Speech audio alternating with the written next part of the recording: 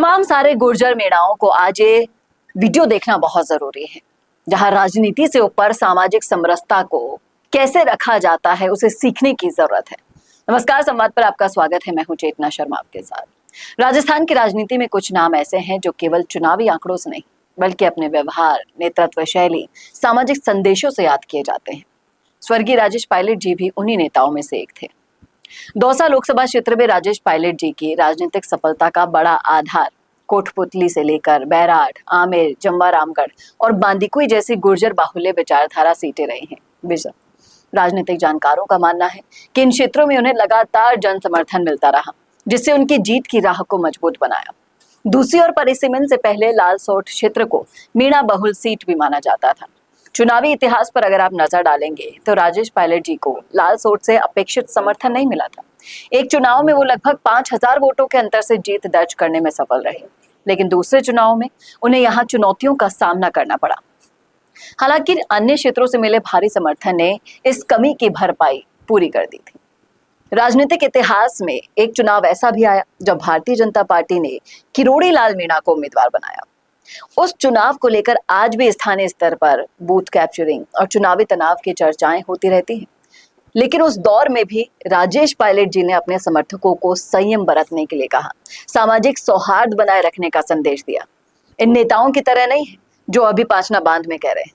कहा जाता है कि जब उनके कार्यकर्ताओं ने शिकायत की कि विपक्षी पक्ष गुंडागर्दी कर रहा है, तब राजेश पायलट जी का जवाब सुनिएगा, चुनाव में हार जाऊं या जीत दर्ज करूं, ये जनता का फैसला है, लेकिन गुर्जर और मीणा समाज के बीच सामाजिक समरसता नहीं बिगड़नी चाहिए। ये कथन केवल एक राजनीतिक प्रतिक्रिया नहीं बल्कि उस नेतृत्व दर्शन को दर्शाता था जिसमें समाज की एकता चुनावी लाभ से ज्यादा महत्वपूर्ण थी। और दिलचस्प बात पता है क्या है? जब उनके सामने ब्राह्मण समाज के प्रभावशाली नेता रोहतास शर्मा चुनावी मैदान में होते थे, तब भी लालसोट क्षेत्र में कांग्रेस को कठिनाइयों का सामना करना पड़ता था। और इससे स्पष्ट होता है कि चुनावी परिणाम केवल जातीय समीकरणों से तय नहीं होते, बल्कि स्थानीय मुद्दे, उम्मीदवार की स्वीकार्यता, क्षेत्रीय परिस्थितियां सब महत्वपूर्ण योगदान देती हैं। और आज क्या कर रहे हैं पाचना बांध में गुर्जर मीणा नेता? पूरा जाति ध्रुवीकरण कर रखा है, तीखे बयान सुर्खियां बनने के लिए दे रहे हैं। राजेश पायलट जी जैसे नेताओं की कार्यशैली इन सबके लिए एक उदाहरण है।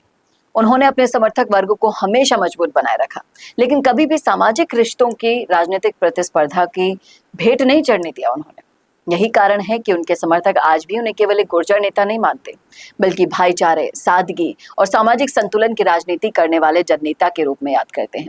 उनकी विरासत ये संदेश देती है कि चुनाव जीतना महत्वपूर्ण हो सकता है, लेकिन समाज को जोड़े रखना उससे कहीं ज्यादा बड़ा दायित्व है। और वही सचिन पायलट भी निभा रहे हैं। जो लोग चाहते हैं ना कि पाचना बांध में खींचा जाए सचिन पायलट को, नहीं आएंगे वो, क्योंकि इसी विचारधारा के तहत पले बड़े हैं वो। सीख लेनी चाहिए हाकिम बैसला जैसे नेताओं को, रामकेश मीणा जैसे नेताओं को, एक स्वच्छ राजनीति कैसे की जाती है बिना गुंडागर्दी किए। ये उसका सबसे बड़ा उदाहरण है।